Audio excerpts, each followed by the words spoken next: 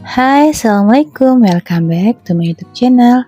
Apa kabar semuanya? Semoga sehat dan bahagia selalu ya. Amin ya robbal alamin. Mohon maaf, ini sudah lama sekali saya nggak upload video tentang budgeting ya. Sebenarnya setiap bulan itu saya buat budgeting planner, cuman saya nggak sempat untuk videoinnya, apalagi untuk ngedit dan menguploadnya. Berhubung kegiatan saya terlalu banyak untuk saat ini ya, lumayan sibuk, jadi saya cuman ada waktu itu malam hari, kadang juga di malam hari juga masih sibuk ya. Kali ini saya luangkan waktu saya untuk membuat budgeting ini dan mengedit langsung menguploadnya. Untuk memulai budgeting planner ini, kita tidak harus memiliki peralatan yang bagus dan lengkap. Sebenarnya kita hanya butuh buku dan dompet atau diposkan dalam bentuk amplop juga bisa ya, kertas yang kita pisah-pisah untuk dananya berbeda-beda kebutuhan. Jadi kita tidak mencampur adukan dana untuk yang pokok mana dan yang mana untuk sebenarnya masih bisa kita minimalisir seperti biaya jajan dan lain sebagainya. Nah, untuk saat ini saya sudah punya dompet pintar ya. Ini dompet organizer ini untuk memisahkan pos-pos yang saya butuhkan. Nah, saya punya binder juga sederhana seperti ini ya. Nah, untuk memulainya kita hanya memerlukan 2 alat pokok itulah ya, selain pulpen dan juga uangnya. Ya seperti itulah teman-teman ya. Jadi untuk kita yang sebagai ibu rumah tangga yang masih bingung bagaimana cara kita menerapkan budgeting ini, sebenarnya simpel sekali. Kita hanya butuh buku yang kosong ya, jangan ada coret-coretan. Nah, ini juga sebenarnya buku catatan saya. Setiap saya ada informasi apa yang saya lihat di YouTube itu saya catat ya. Saya suka mencatat, jadi apa impian saya, scripting itu sudah saya terapkan sedikit ya dalam hidup saya. Jadi buku ini sangat serbaguna bagi saya. Jadi semua impian saya tulis dalam buku ini. Jadi saya gabungkan juga dengan catatan budgeting ini. Nah, seperti inilah tampilannya, sangat sederhana, tidak ada gambar-gambar dan tidak ada hiasan-hiasan yang lain-lainnya. Saya hanya punya pulpen dan spidol. Seperti ini ya bunda-bunda. Kita jangan bandingkan pendapatan kita dengan yang lainnya. Ini hanya sebagai inspirasi dan sebagai sampel aja ya bunda-bunda, teman sekalian. Jadi berapapun pendapatan kita, keluarga kita wajib mensyukurinya. Di luar usaha yang sudah kita lakukan semaksimal mungkin, doa dan juga ikhtiar, kita wajib bersyukur dan kita juga wajib bisa mengaturnya agar berapapun itu bisa cukup ya. Kalau bisa kita masih bisa saving atau menabung setiap bulannya. Inilah budgeting bulan Februari tahun 2023 yang saya buat.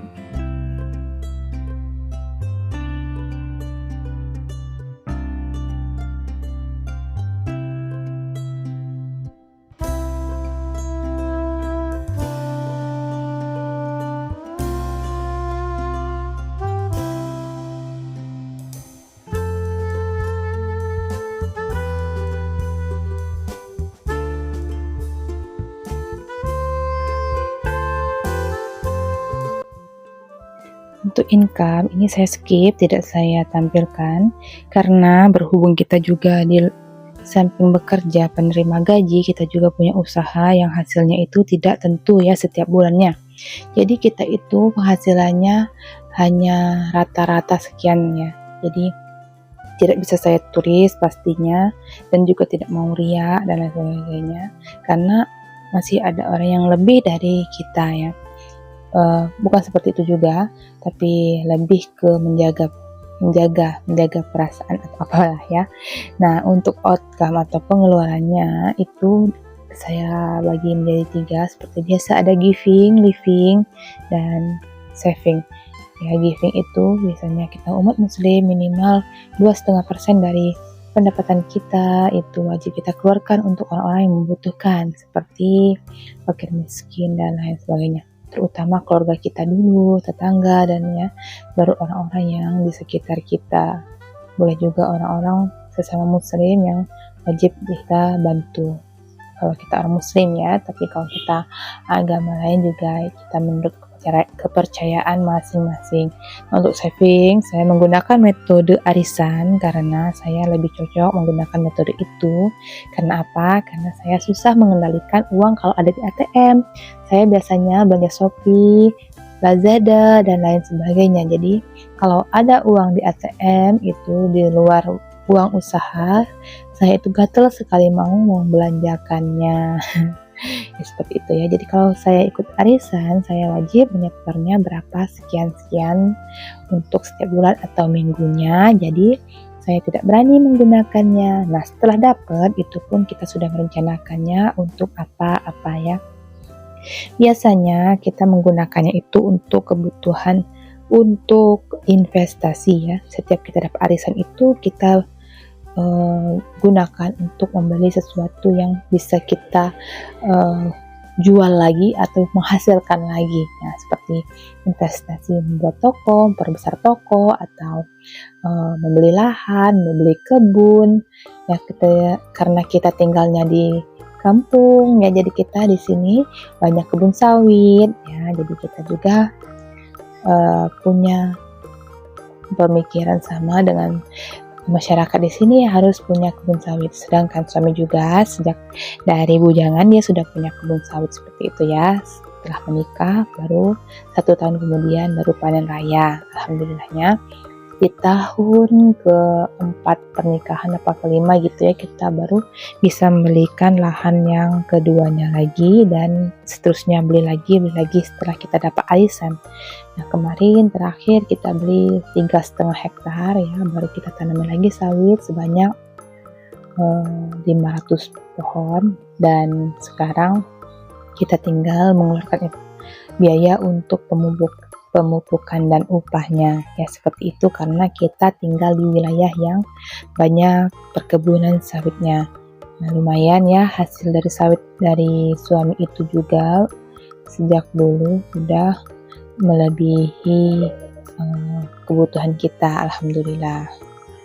Untuk living atau biaya hidup itu saya bisa menjadi biaya tetap dan pengeluaran tetap atau biaya tetap dengan pengeluaran tidak tetap. Maksudnya adalah pengeluaran tetap itu yang jumlahnya sama setiap bulannya. Sedangkan pengeluaran tidak tetap itu yang jumlahnya bisa berubah-ubah atau naik turun ya. Nah, pengeluaran tetap di keluarga kami seperti BPJS, listrik, air pam, pulsa, kuota, transportasi, dan lain sebagainya. Sedangkan biaya yang tidak tetap seperti biaya lauk pauk, beras, jajan, biaya refreshing, mudik, dan lain sebagainya itu saya masukkan dalam biaya yang tidak tetap. Nah, jumlahnya juga saya pangkas lagi dari bulan-bulan sebelumnya karena saya rasa kita masih bisa menghemat di bawah itu lagi ya. Selain kita bisa banyak menghabiskan dengan hal-hal yang masih bisa kita pangkas sebenarnya. Jadi untuk bulan ini kita lebih mengecilkan lagi budgetnya dari bulan-bulan sebelumnya. Nah, untuk kebutuhan itu sebenarnya tidak terlalu besar setiap orang itu ya. Yang mahal itu adalah keinginan atau gaya hidup. Jadi kalau ada orang yang pengeluarannya besar setiap bulan itu sebenarnya bukan kebutuhan pokoknya, tapi gaya hidupnya. Benar apa enggak ya? Benar kali ya? Ya seperti itulah. Jadi kita sebesar apapun pendapatan kita di keluarga kita ini, kami tidak meningkatkan gaya hidup seiring dengan peningkatan pendapatan yang kami dapat. Jadi sebisa mungkin kita tetap seperti biasa saja, sesederhana kita sewaktu masih mendapat gaji hanya UMR atau hanya dari satu belah pihak. Jadi kita masih cukup-cukup saja dulunya, dan sekarang juga kita tetap menstandarkan hidup kita seperti itu. Yang hanya kita lebihkan paling di dalam tabungan dan investasi untuk masa depan.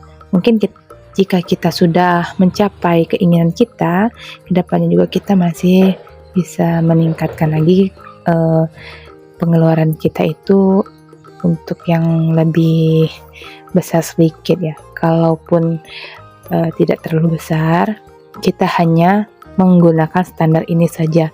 Sebesar apapun pendapatan kita, hanya kita standar saja pengeluarannya.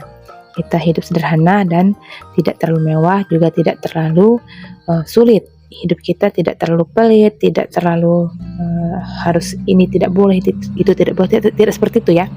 Kita itu tetap mengutamakan dengan kebutuhan primer keluarga kita, vitamin gizi kita cukup dan kebutuhan lain juga cukup, cuman kita tidak berlebihan dalam bermewah-mewahan ya.